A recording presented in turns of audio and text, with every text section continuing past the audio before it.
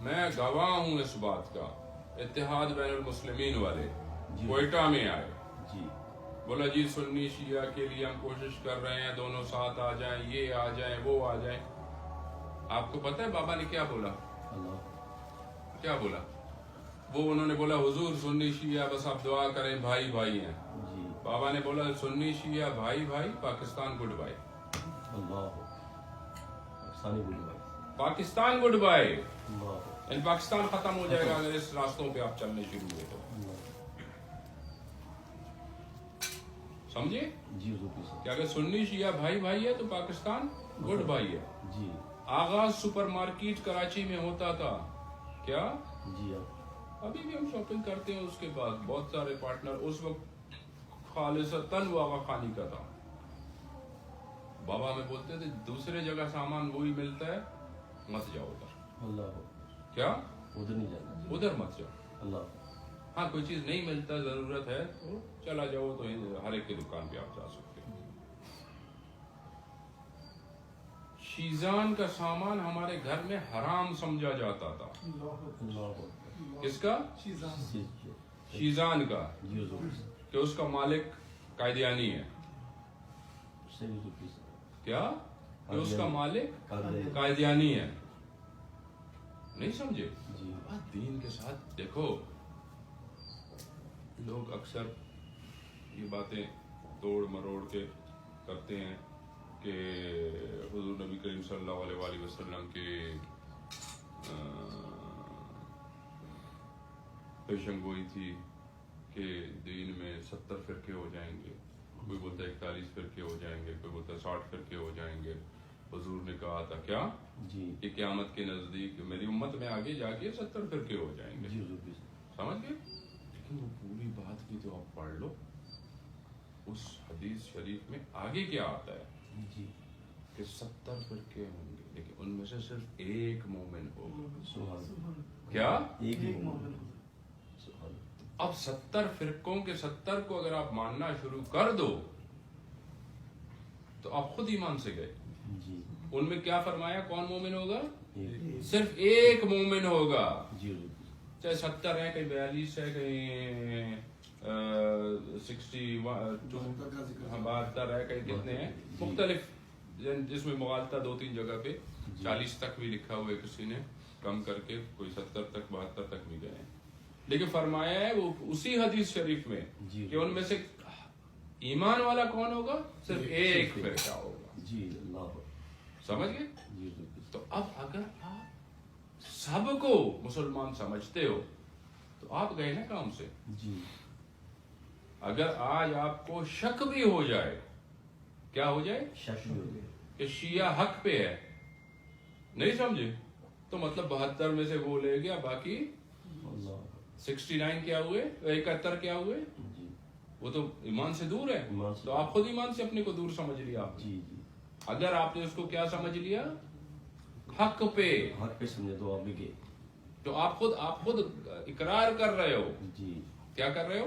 خود اقرار کر رہے خود اقرار کر رہے ہو کہ یہ فرقہ حق پہ ہے, ہو. جی تو باقی سارے باطل پہ ہیں, غلط پہ ہیں, جھوٹ پہ ہیں. جی حضور کی یہ بات بھائی ہمارے اولادوں کو سمجھانے والی ہے, ملا کے ہاتھ سے نکالنے والی باتیں ہیں.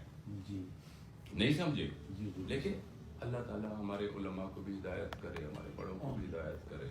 ہم مصلحتوں کے بیچ میں اتنے چلے جاتے ہیں کہ ہم جو ہے نا یہ دیکھتے نہیں ہم کس کتے کے ساتھ بیٹھے ہیں, ہم کس کتے کو اپنے میز پہ بٹھا رہے ہیں, اللہ ہم کس کو لا رہے ہیں. ان چیزوں سے یہی ڈاکٹر اسرار احمد تھا, جی نہیں سمجھے, میں اس کا شکل دیکھتا ہوں ابھی بھی میں اس کے اوپر تھوکتا ہوں. اللہ کیا مفتی ہیں. کسی نے مجھے کہا کہ جی اس نے کچھ نہیں کہا ہے اور یہ بڑا اچھا آدمی ہے.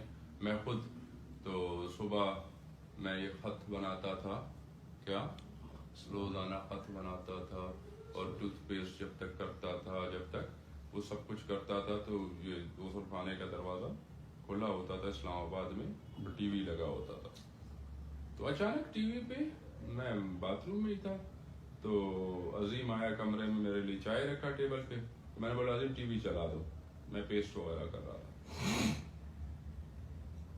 تو اسلام آباد میں اس خبیث اسرار احمد کا چل رہا تھا, اور وہ کوئی مثال دے رہا تھا کہ نبی پاک صلی اللہ علیہ وآلہ وسلم کے پاس آئے اور بولا کہ کھجور کو جو جاڑی لگاتے ہیں، نر کا جاڑی، کھجور کے نر کا پولن جو ہے وہ مادی کو لگاتے ہیں. تو یہ کھجور کے اندر بہت سارے درختوں میں پیون نہیں، پولنائزیشن ہوتا ہے، نر دیتے ہیں اس کو. جس طرح ہر پودے کے اندر بھی نر مادہ ہوتا ہے، تو مادی کا جو ہوتا ہے اس میں نر کا پولن آ کے لگتا ہے تو وہ آگے سے پھل بنتا ہے، آگے سے چیز بنتا ہے. بعض درختوں میں تو نر مادی ایک میں بھی ہوتا ہے، لیکن کھجور میں نر الگ ہوتا ہے، مادی الگ ہوتا ہے. تو اس کو کوش ہم لوگ بولتے ہیں، کوش کر رہے ہیں.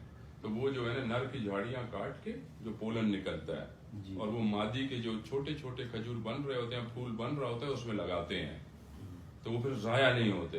وہ ہر ایک کو پولن، کیوں ہزاروں دانے ایک گچھے میں ہوتے ہیں تو ہر ایک کو پولن لگتا ہے. تو پولن جب لگ جاتا ہے تو وہ پھر ہر دانہ فرٹائل ہوتا ہے اور ہر دانہ کھجور دیتا ہے، ورنہ وہ سوکھ جاتے ہیں. تو وہ ابھی بیان کر رہا ہے کہ جی وہ پولنائز وہ جو کرتے تھے تو حضور نے منع فرمایا. کیا حضور نے ایک سال بقول اس کے، میں نے اس پہ آگے حدیث نہیں پڑھی ہے کہ واقعی میں حضور نے منع فرمایا تھا یا ان کی من گڑت حدیث ہے کیا ہے. تو حضور نے جو ہے نا وہ کہ اس کے آگے جو سٹوری ہے وہ مجھے کوئی وزن نظر نہیں آ رہا اس میں. تو حضور نے جو ہے نا منع فرمایا تو اس سال جو ہے نا وہ مدینہ والوں نے نہیں کیا. تو جب نہیں کیا تو پوری فصل تباہ ہو گئی. کیا کھجور کی فصل ہی نہیں اٹھی. تو پھر اگلے سال جب حضور کے پاس آئے کہ ایسے ہوا ہے تو ہم اب کیا کریں، اگلے سال انہوں نے کہا تو حضور نے کہا مجھے معلوم ہی نہیں تھا. کیا مجھے معلوم ہی نہیں تھا، تو تم لوگ جو کرتے ہو پھر ویسے ہی کرو.